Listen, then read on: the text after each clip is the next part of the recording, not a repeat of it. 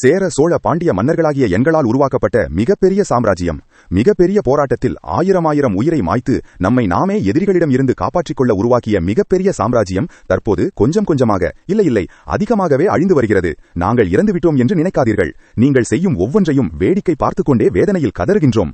கோயில்கள்தான் எங்களின் அரண். பார்த்து பார்த்து உருவாக்கிய பொக்கிஷம் மக்களே, நம் தமிழ் மக்களே, உங்களுக்கு வரலாறே தெரியாமல் இருக்கக்கூடாது என்பதற்காகத்தான் பேப்பரில் எழுதாமல் நம் முன்னோர்களின் கடும் உழைப்பால், அதாவது பேருழைப்பால் அமைத்த ஒவ்வொரு கோயில்களின் சுற்றுப்புற கற்சுவரங்களில் பொய்த்தோம் நம் வரலாற்றை.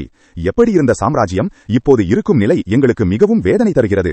எவ்வளவு திருவிழாக்கள், எவ்வளவு சந்தோஷங்கள், எவ்வளவு உறவுகள், எவ்வளவு அழைப்புகள், எவ்வளவு உழைப்புகள், எப்படியெல்லாம் இருந்தோம், இப்போது இப்படி உள்ளதே என்று வேதனையுடன் மிகப்பெரிய சாம்ராஜ்யமாகிய இதெல்லாம் எங்களுடன் முடிந்துவிடக்கூடாது என்பதற்காகத்தான் உங்களிடம் கொடுத்துச் சென்றோம். உங்களுடன் முடித்துவிடக்கூடாது மக்களே.